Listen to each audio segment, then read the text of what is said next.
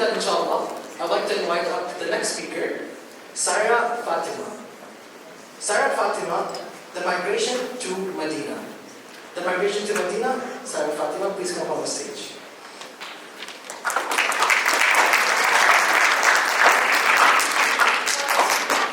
نحمد ورسولي على رسول الكريم أما بعد فأعوذ بالله من الشيطان الرجيم بسم الله الرحمن الرحيم السلام عليكم ورحمة الله وبركاته.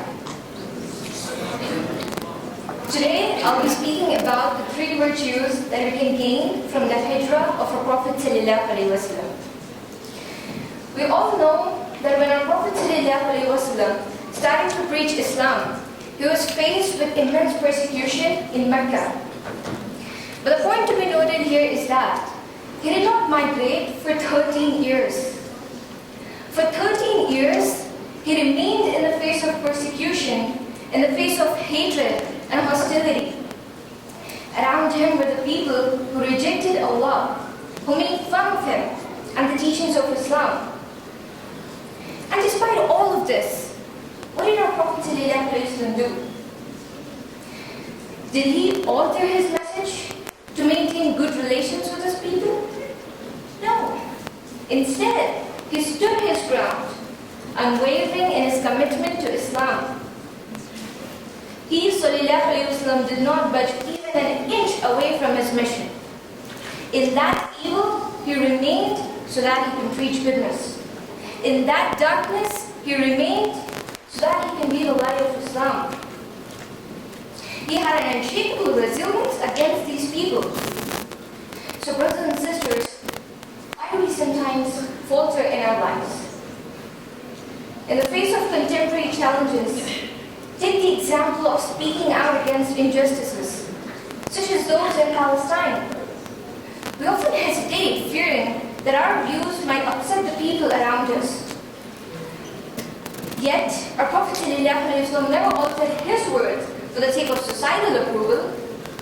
He upheld his principles despite the potential backlash. So why do we compromise our faith? Why do we shy away from advocating for the truth?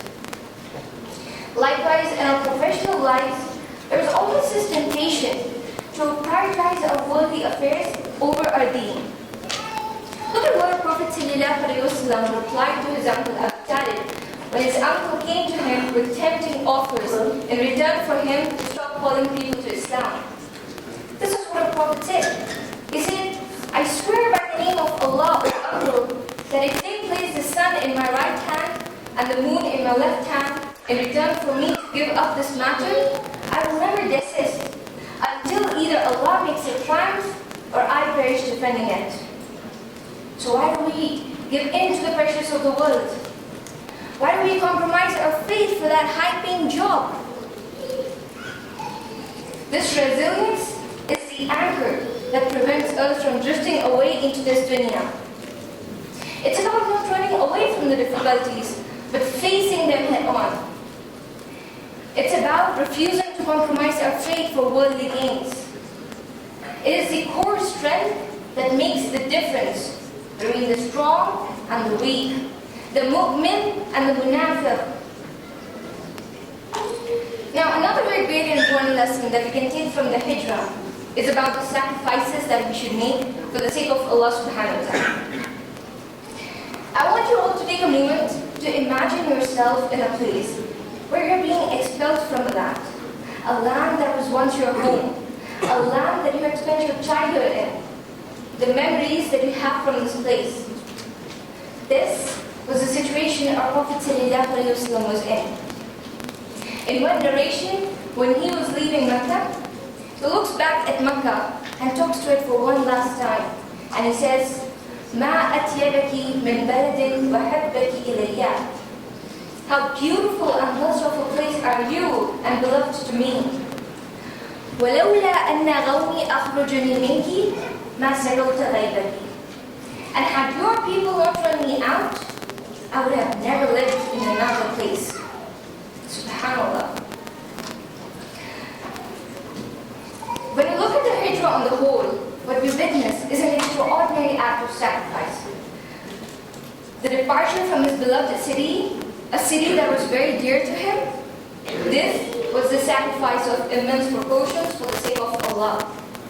Abu Qatada reported the Prophet ﷺ saying, "Verily you will never leave something for the sake of Allah except that Allah will replace it with something better for you." And what unfolded from the hijrah was no chore for miracle.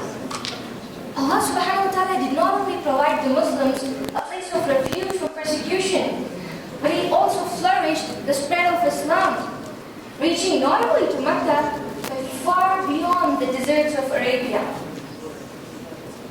Yet, in our lives, we find it challenging to make even the smallest of sacrifices.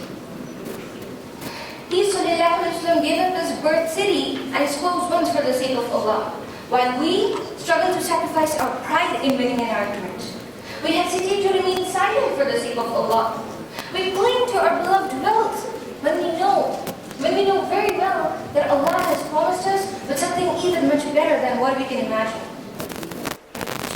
Let us understand that the sacrifices that we make, no matter how small they may seem, have the potential to bring forth better outcomes in this life and the hereafter. Let us question ourselves. Rasulullah ﷺ migrated for the sake of Allah. What is it that you and I are willing to sacrifice? Can we silence our egos, share our wealth, and spend our time in understanding the kalam of Allah?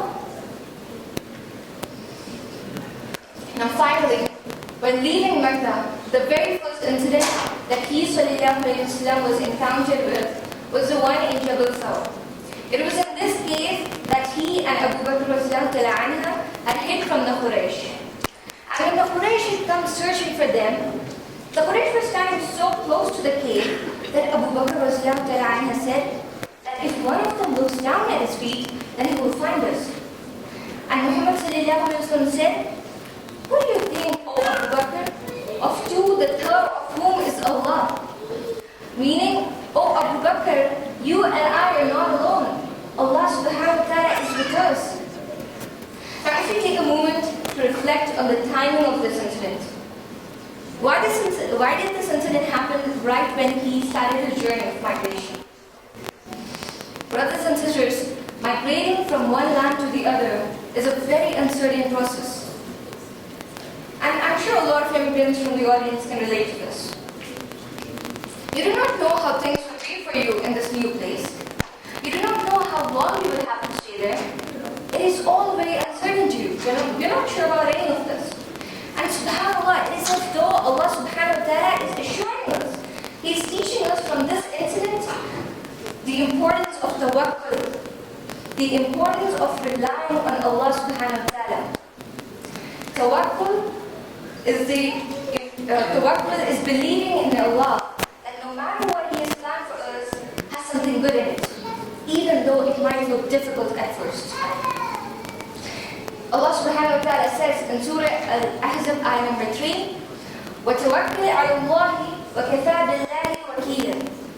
And put your trust in Allah, and enough is He as a disposer of affairs. So let us embark on a journey of building an unwavering trust in Allah. Let our tawakkul be the bedrock of our faith, guiding us through our decisions, comforting our hearts, and enabling us to face life challenges with a strong faith. So to conclude, the hijrah was not just an event in history, but a timeless example for all of us to follow. It is a call for us to be resilient and stand strong in our faith. It is a call for us to give up our worldly pleasures for the sake of our Rabb.